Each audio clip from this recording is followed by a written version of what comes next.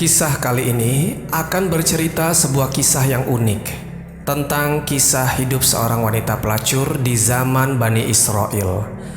Tentunya kisah ini menjadi menarik karena di akhir kisah, wanita pelacur ini melahirkan 7 orang anak laki-laki dan Allah Subhanahu wa Ta'ala angkat semuanya menjadi nabi yang diutus kepada kaum Bani Israel. Jadi bagaimanakah kisah wanita pelacur ini sehingga anak-anaknya diberikan kemuliaan oleh Allah Subhanahu wa Ta'ala? Untuk itu, di video kali ini kita akan membahas tentang wanita pelacur melahirkan 7 anak yang menjadi nabi.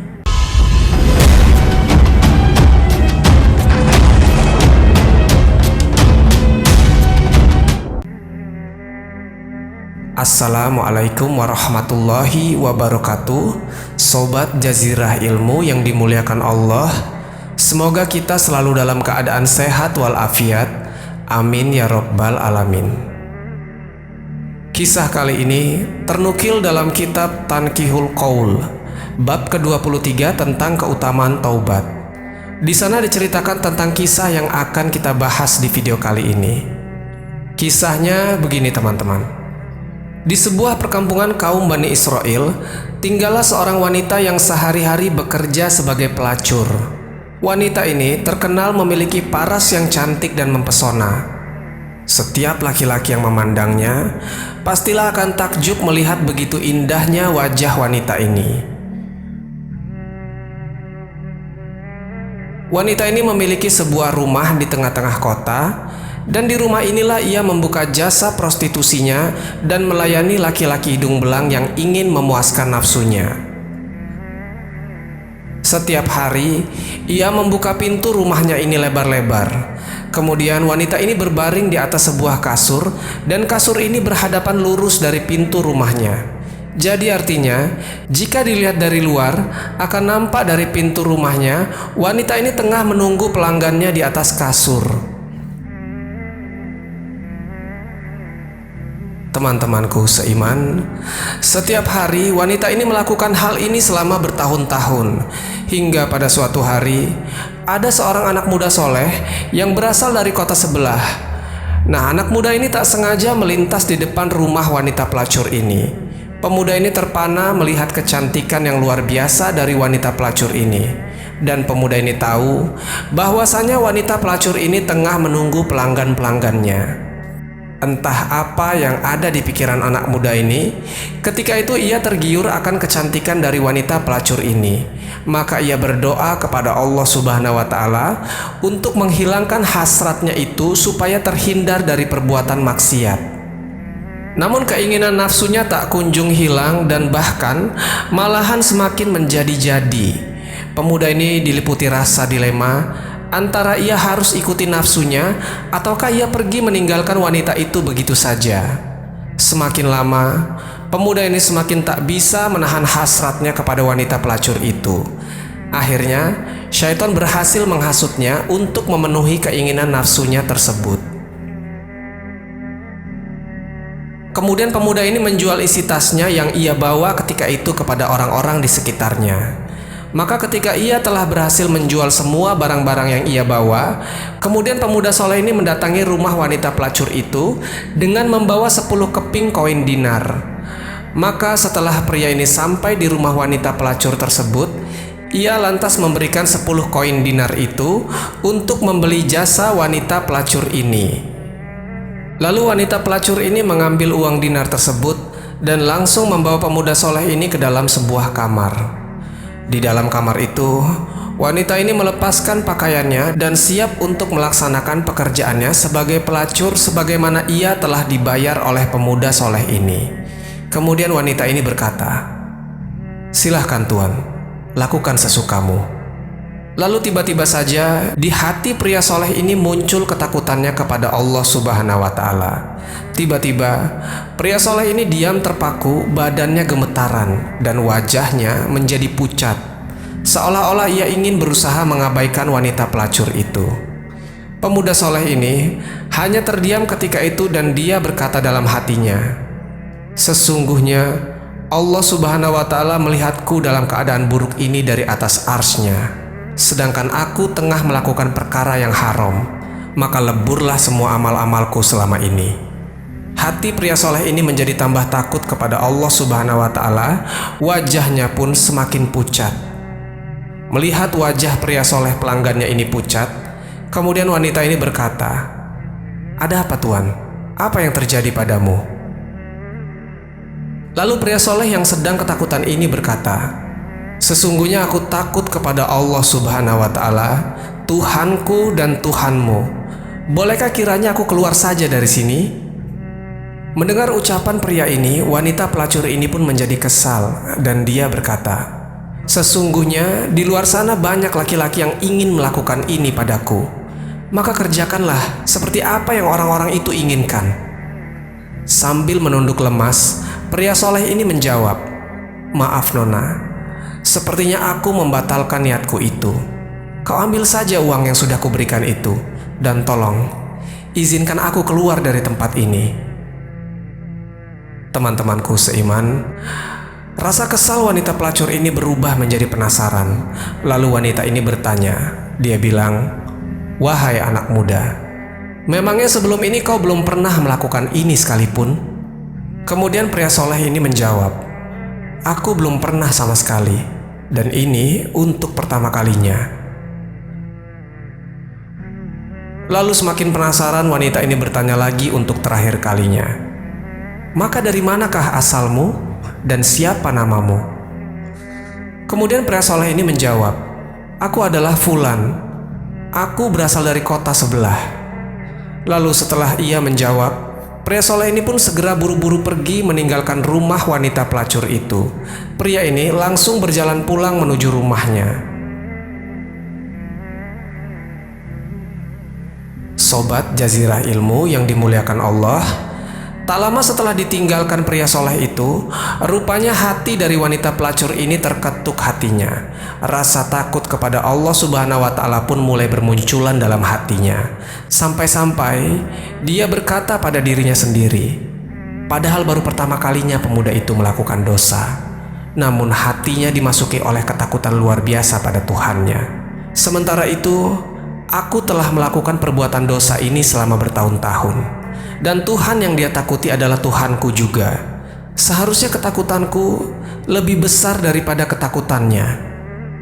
Singkat cerita, semakin hari wanita ini semakin sadar akan dosa-dosanya selama ini, dan ia pun semakin takut kepada Allah Subhanahu wa Ta'ala.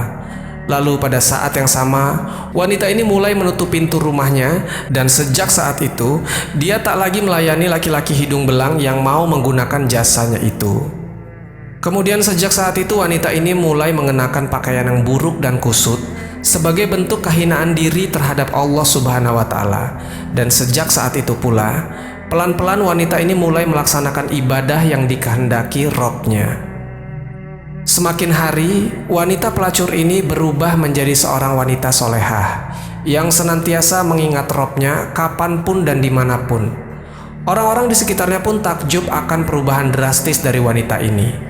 Orang-orang mulai menghormatinya karena wanita ini terlihat istiqomah dalam menjalankan taubatnya itu.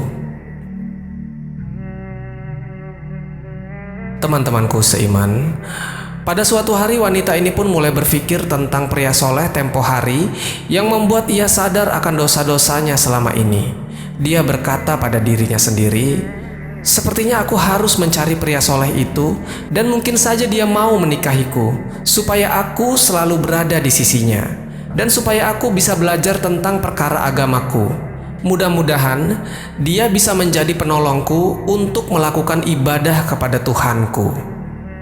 Keesokan harinya, wanita ini memutuskan untuk pergi dari rumahnya ke kota sebelah, tempat di mana pria soleh itu tinggal. Maka berangkatlah dia dengan membawa beberapa harta yang dimilikinya dan membawa serta bekal makanan selama dia berada di perjalanan nanti.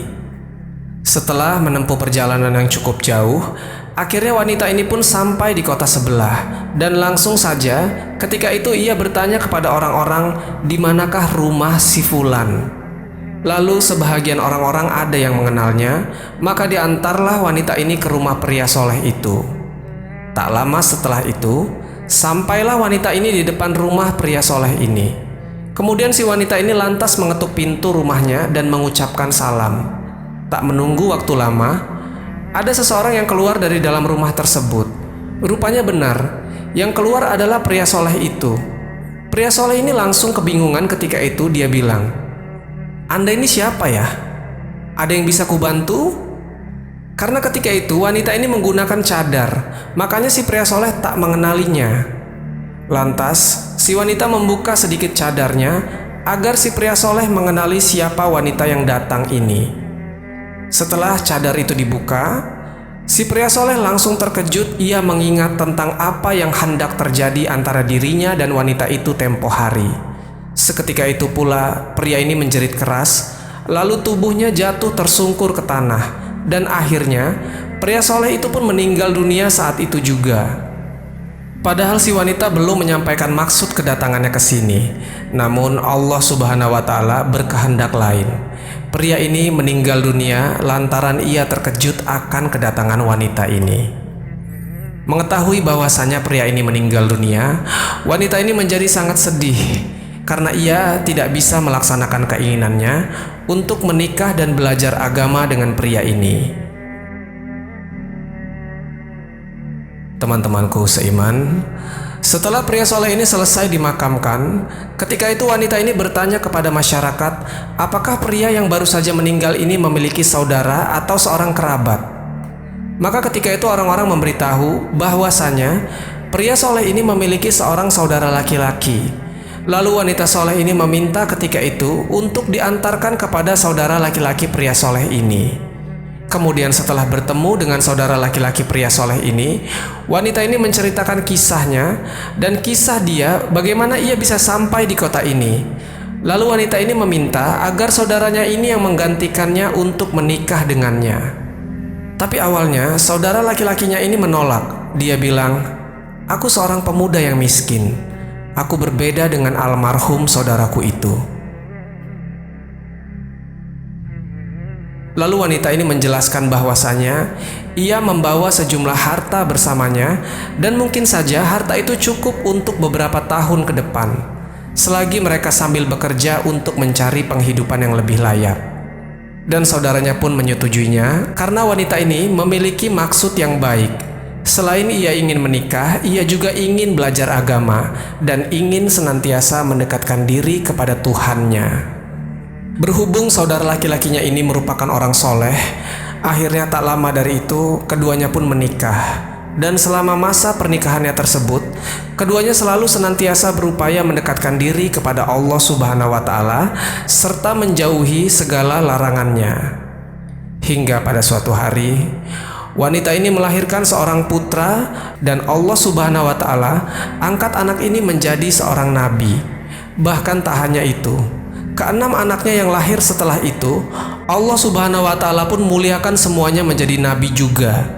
Dan akhirnya wanita mantan pelacur ini memiliki 7 orang putra yang semuanya diangkat menjadi nabi dan diutus kepada kaum Bani Israel. Lihatlah teman-teman, bahkan Allah Subhanahu wa Ta'ala bisa datangkan karunia-Nya dari seorang wanita mantan pelacur. Allah Subhanahu wa Ta'ala senantiasa hanya melihat bagaimana ikhlasnya dia taubat dari seorang hambanya yang berserah diri kepadanya.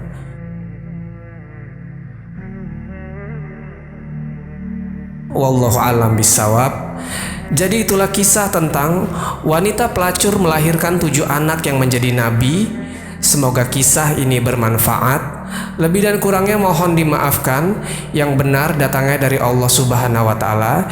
Khilaf atau keliru itu datangnya dari saya pribadi sebagai manusia biasa. Sampai ketemu di kisah-kisah seru yang penuh makna selanjutnya.